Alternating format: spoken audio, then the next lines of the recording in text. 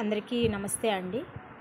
మరి ముఖ్యంగా నేను ఈరోజు చెప్తున్నది ఎవరికి అంటే నా తోటి కొలీగ్స్‌కి, మరి మాతా శిశు సంక్షేమ శాఖలో పనిచేస్తున్న మరి అంగన్వాడీ టీచర్లకి, నా తోటి సహోదరులకి, మరి ఆయమ్మలకి కూడా ఒక చిన్న మనవి, సలహా, సూచన. మీరు ఏ విధంగా అయినా అనుకోండి, కానీ మనము ఎంతో సర్వీస్ ఇస్తున్నాము.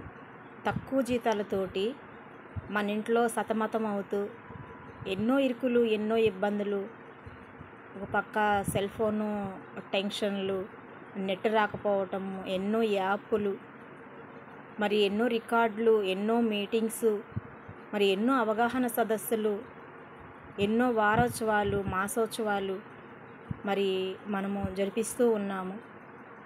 మరి మన అంగన్వాడీ పరిధిలో ఉన్న మరి అనేక కుటుంబాలు క్షేమంగా ఉండాలని, అందరూ ఆరోగ్యంగా ఉండాలని, మరి మన ఆరోగ్యాలు బాగలేకపోయినా కూడా మరి మనము మనకి నమ్ముకున్న ఈ ఉద్యోగానికి న్యాయం చేయటం కోసం ఎంతో శ్రమిస్తున్నాం. కానీ మన కష్టాన్ని ఎవరు గుర్తించరు. కానీ ఏదైనా ఒక చిన్న లోపం జరిగితే ఖచ్చితంగా మరి ఆ లోపాన్ని ప్రతి ఒక్కరు వేలెత్తి చూపిస్తారు.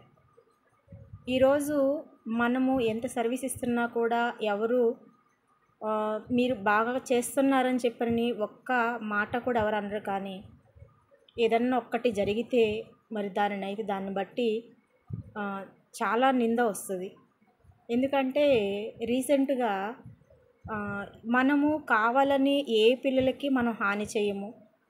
మరి కొన్నిసార్లు మనకున్న పని ఒత్తిడి వలన మరి ఈరోజు కంభంలో, ఈరోజు కాదు కానీ కంభంలో, ప్రకాశం జిల్లాలోని కంభంలో మరి ఒక గ్రామంలో ఒక 2.5 సంవత్సరం బాబు, లక్ష్మిత్ అనే ఒక చిన్న బాబు మరి అంగన్వాడీ సెంటర్కి రావడం జరిగింది.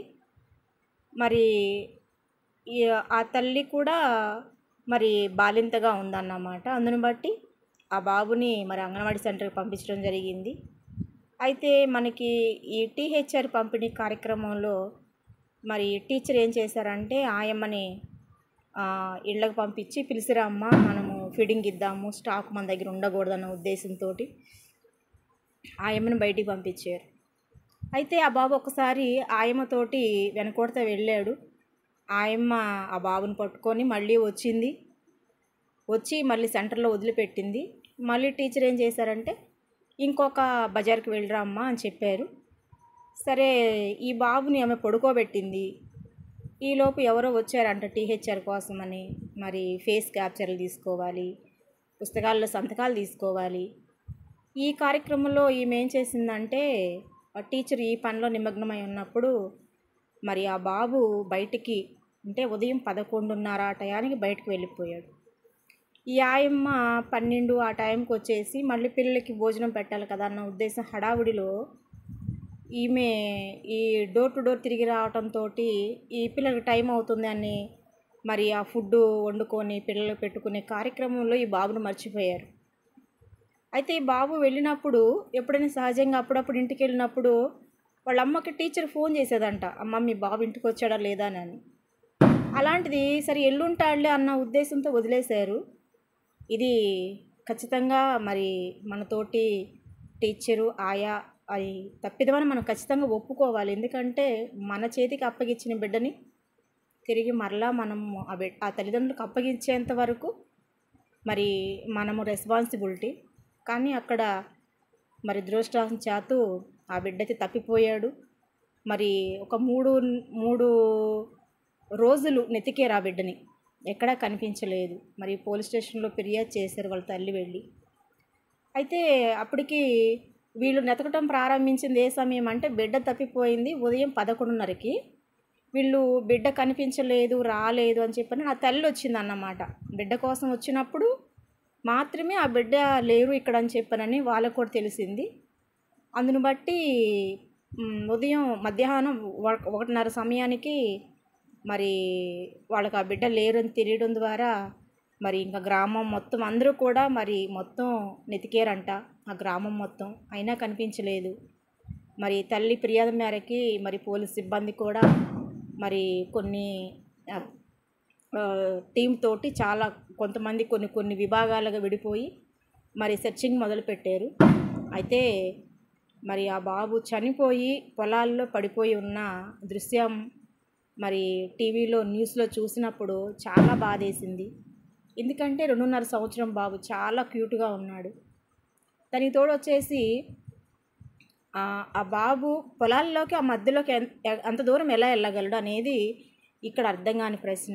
ఏది ఏమైనా ఒక చిన్న నిండు ప్రాణం అయితే పోయింది. కాబట్టి మరి ఇలాంటివి మనము ముందు ఏ సెంటర్లో కూడా జరగకుండా ఉండాలని ఒక చిన్న ప్రయత్నంతో ఒక చిన్న సలహా చెప్తున్నాను. అంటే ఆల్మోస్ట్ మనకు తెలిసిందే, కానీ దాన్ని మనము కొంతమందే దాన్ని అనుసరిస్తున్నారు, కొంతమంది అనుసరించట్లేదు.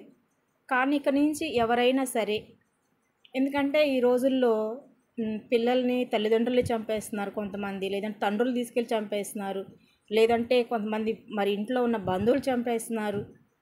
సో కాబట్టి ఈ రోజున భయంకరమైన పరిస్థితులు వచ్చినాయి. కాబట్టి ఇక నుంచి మీరు సెంటర్లో ఒక నోట్బుక్ పెట్టండి. ఒక నోట్బుక్ పెట్టి ఒకవేళ ఎవరైనా ఫ్రీ స్కూల్కి వచ్చిన బిడ్డ వచ్చినప్పుడు ఆయమ్మ ఉన్నప్పుడు ఆయమ్మ చూసుకుంటుంది. ఆయమ్మ ఏదైనా పనికి వంట చేసుకోవడానికి వెళ్ళినప్పుడు పూర్తి బాధ్యత టీచర్ తీసుకోవాలి. మరి తర్వాత వచ్చేసి ఏదైనా ఈవెంట్స్ అలాంటప్పుడు మాత్రము చేసేటప్పుడు చాలా చాలా జాగ్రత్తగా పిల్లల్ని మనం ఒక చోట పెట్టుకొని ముందుగానే ప్లాన్ చేసి పెట్టుకొని చేసుకోవాలి. ఎందుకంటే చిన్న పిల్లలు, వాళ్ళకి మాటలు తెలియదు, వాళ్ళ పేర్లు తెలియదు, ఎవరు తీసుకెళ్తున్నారో తెలియదు, ఎందుకు తీసుకెళ్తున్నారో తెలియదు. సో కాబట్టి వారు నిండు ప్రాణాలు మనల్ని నమ్మి, మనం ఎంత సర్వీస్ ఇస్తేనే వాళ్ళ బిడ్డను నమ్మి మన దగ్గరికి పంపిస్తారు. నమ్మకం లేకుండా ఎవరు పంపించరండి. కాకపోతే ఇక్కడ జరిగిన సంఘటన దురదృష్టమే అనుకోవాలి. ఏ టీచరు ఏ ఆయా కూడా ఒక బిడ్డ ప్రాణం పోవాలని అనుకోరు, కానీ అది జరిగింది. కాబట్టి ఇంకా జాగ్రత్తగా ఉండాలని ఒక చిన్న సలహా. ఒక నోట్బుక్ పెట్టుకోండి. ఒక నోట్బుక్ పెట్టుకొని ఎవరైనా మధ్యాహ్నం పూట వచ్చి ఒకవేళ తండ్రి తీసుకెళ్తున్నా కూడా ఆ తల్లికి ఫోన్ చేసి, అమ్మ మీ వారు వచ్చారు, మీ బిడ్డని పంపించమంటారా లేదని ఫోన్ చేసి ఆ బిడ్డని ఇచ్చేటప్పుడు ఆ తండ్రి చేత మనం సంతకం పెట్టించుకోవాలి. లేదు ఒకవేళ తల్లి వచ్చినా కూడా తల్లి చేత సంతకం పెట్టించుకొని డేట్ వేసి ఆ టైం ఏ టైంకి తీసుకెళ్తున్నారు అని చెప్పనని మనం టైం మెన్షన్ చేసుకొని వాళ్ళ సిగ్నేచర్ మనం ఖచ్చితంగా తీసుకుంటే మంచిదని నాకు అనిపించింది. అంతేకాకుండా ఒకవేళ బంధువులు వచ్చారనుకోండి, అది మదర్కి ఫోన్ చేసి ఒకవేళ కలవలేదు, వాళ్ళేమో ఫోర్స్ చేస్తున్నారు మేము తీసుకెళ్తామని, అలాంటప్పుడు మేము పంపించవండి అని చెప్పానని మనం నిర్మోహమాటంగా వాళ్ళకి చెప్పి మన టైం ఏదైతే ఉంటుందో, మన ఫ్రీ స్కూల్ టైం అయిపోయిన తర్వాత మన 3:30 తర్వాత పిల్లల్ని ఇంటికి పంపిస్తాం. కాబట్టి ఆయమ్మ తీసుకెళ్ళి వాళ్ళ తల్లిదండ్రులకు అప్పగిచ్చే బాధ్యత, రెస్పాన్సిబిలిటీ మన మీదే ఉంటుంది. కాబట్టి మనము ఈ ఒక్క విషయాన్ని గుర్తుంచుకోవాలి. అంతేకాకుండా మరి తాతయ్యలు వచ్చినా, అమ్మమ్మలు వచ్చినా, నాయనమ్మలు వచ్చినా, ఎవరు వచ్చినా సరే వాళ్ళ చేత సంతకం పెట్టించుకోవాలి. మరి ఆ రోజు డేట్ వేయాలి, ఆ రోజు టైం వేయాలి. ఎవరైతే ఒకవేళ టీచర్ సెలవులో ఉన్నా ఆయా చాలా జాగ్రత్తగా ఉండాలి. ఆయా సెలవు పెట్టుకున్న టీచర్ కూడా చాలా జాగ్రత్తగా ఉండాలి. ఎందుకు అంటే ఆ రోజు ఆయమ్మ రాకపోతే వంట కార్యక్రమం కూడా టీచరే చూసుకోవాల్సిన పరిస్థితి ఉంటుంది. కాబట్టి ఒకరోజు వీలైతే మీరు ఇంటి దగ్గర నుంచి వంట చేసుకొని వెళ్ళండి. టీచర్ అనేవాళ్ళు ఆయమ్మ సెలవులో ఉంటే టీచరే ఇంటి దగ్గర నుంచి వంట చేసుకొని వెళితే మనం పిల్లల్ని చూసుకోవడానికి బాగుంటుంది. ఒకవేళ టీచర్ కానీ సెలవు పెట్టుకుంటే ఆయమ్మలు ఎవరైతే ఉన్నారో 1 గంట ముందుగానే వచ్చి మరి ఆ గుడ్లు కానీ అవన్నీ కూడా ముందు వంట చేసుకోవడానికి అన్నీ ప్రిపేర్ చేసుకొని మరి ఆ వంట దగ్గర వాళ్ళు, లేదంటే ఇంటి దగ్గర నుంచి వంట చేసుకొని తెచ్చుకుని పిల్లల్ని చూసుకుంటే మంచిదనేది నాకు చిన్న సలహా అనిపించింది.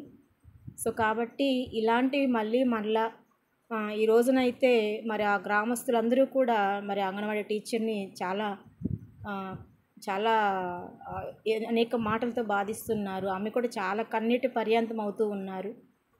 కాబట్టి ఏదైనా ఒక నిండు ప్రాణం అయితే పోయింది కాబట్టి అది మరి మన డిపార్ట్మెంట్ నుంచి అంటే అది ఎందుకంటే మన డిపార్ట్మెంట్కి అది చాలా ఇబ్బందికరమైన పరిస్థితి.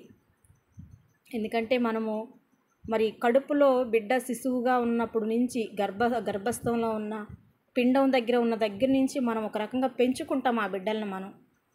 మరి కనేది తల్లులైనా కూడా ఆ బిడ్డల్ని ఆలనా పాలన ఇమ్యునైజేషన్ చేయించుకున్నారా, లేకపోతే బరువెంతున్నారు, బ్లడ్ పర్సంటేజ్ ఎంత ఉంది, ఎలాంటి ఫుడ్ తీసుకుంటున్నారు, మరి ఎలాంటి చెకప్లు తీసుకుంటున్నారు అని చెప్పనని మరి ఎంతో కౌన్సిలింగ్ ఇచ్చి ఆ బిడ్డలకి వాళ్ళకి ఫీడింగ్ ఇచ్చుకుంటూ వాళ్ళకి అవేర్నెస్ చేసుకుంటూ మరి మంచి పౌష్టికాహారం తీసుకోవాలని, వ్యాధి నిరోధక టీకాలు తీసుకోవాలని వాళ్ళని ఎంతో అవేర్నెస్ చేస్తూ మరి గృహ సందర్శనాలు చేస్తూ మరి అందరివి కూడా మరి పిల్లలకి మనం ఎంతో ఆ తల్లులకి మోటివేషన్ చేసుకుంటూ మరి ఎడ్యుకేషన్ పరంగా కూడా ఫ్రీ స్కూల్కి పంపించాలని, ఆటపాటల విద్య ద్వారా పంపించాలని ఎన్నో సర్వీస్ ఇస్తూ ఉంటాము. కానీ ఇలాంటి పరిస్థితి జరిగినప్పుడు చాలా చాలా బాధాకరమైన పరిస్థితి. కాబట్టి ఎవరు కూడా ఇక నుంచి మనము కొన్ని ఒక సమస్య వచ్చినప్పుడు దాని నుంచి మనం ఒక పాఠం నేర్చుకోవాలి. ఇంకొకటి కొంతమంది ఎగ్స్ పెట్టేటప్పుడు ఎలా పెడతారు నాకైతే తెలియదు. కానీ మనము బిడ్డకి ఎగ్గ పెట్టేటప్పుడు మన ఫ్రీ స్కూల్కి వచ్చిన బిడ్డకి ఎగ్గ పెట్టేటప్పుడు మాత్రం కంపల్సరీగా ఆ గుడ్డుని 4 భాగాలు చేయాలి. ఒక ప్లేట్లో కానీ గిన్నెలో కానీ పెట్టాలి, బిడ్డ చేతికి ఇవ్వాలి. ఇంకొకటి మనము కొంత వాటర్ అనేది ఒక చిన్న గ్లాస్కి వాటర్ గ్లాస్తో పట్టుకొని కూర్చోవాలి. ఎందుకంటే ఆ పచ్చసొన అనేది చిన్న పిల్లలకి కొంచెం వాళ్ళు గబక్కన కొంచెం ఎక్కువ పెట్టుకున్నా మరి గొంతులు ఇరక్కపోద్ది. సో కాబట్టి కొంచెం వాటర్ కూడా దగ్గర పెట్టుకొని అలాంటి పరిస్థితి ఉన్నప్పుడు పిల్లలకి మంచిలు కూడా తాపుకునే పరిస్థితి మనం ఇలా చేయాలి. ఎందుకంటే లాస్ట్కి ఒక 3 years బ్యాక్ ఏమో కూడా ఎగ్గు గొంతులు ఇరక్కపోయి ఒక బిడ్డ కూడా చనిపోయాడు. సో కాబట్టి ఒక్కొక్కటి జరిగినప్పుడు మనం ఒక్కొక్క ఇన్సిడెంట్ జరిగినప్పుడు మనం ఒక్కొక్కటి నేర్చుకోవాలన్నమాట. సో కాబట్టి గుడ్డు పెట్టేటప్పుడు మాత్రము ఉడికించిన గుడ్డుని 4 భాగాలు చేసి పెట్టాలి. అంతేకాకుండా ఇళ్లల్లో ఎవరైనా తల్లులు పెడతా ఉంటే, అమ్మమ్మలు కానీ నాయనమ్మలు కానీ పెడతా ఉంటే బిడ్డలకి ఆ విధంగా ఉడికించిన గుడ్డిని 4 భాగాలు చేసి మనం జాగ్రత్తగా పెట్టవలసి ఉంటుంది. ఇంకోటి మన నుంచి ఫ్రీ స్కూల్కి వచ్చిన పిల్లల్ని ఎవరైతే ఇంటికి తీసుకెళ్తాం అనుకుంటారో మనం ఒక రికార్డ్ వర్క్ చేస్తున్నాం. ఆ రికార్డ్ వర్క్తో పాటు ఇదొక మనము అదనంగా చేయాల్సిన బాధ్యత ఉంది మనకి.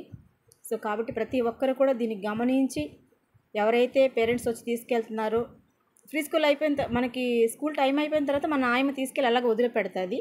ఒకవేళ ముందే వచ్చి మధ్యాహ్నం పూట వచ్చి టైం గంట అయినప్పుడు వచ్చి తీసుకెళ్తున్నప్పుడు ఏంటంటే మనం వాళ్ళ దగ్గర ఖచ్చితంగా సిగ్నేచర్ తీసుకోవాలి, టైం వేయాలి, డేట్ వేయాలి, టైం వేయాలి.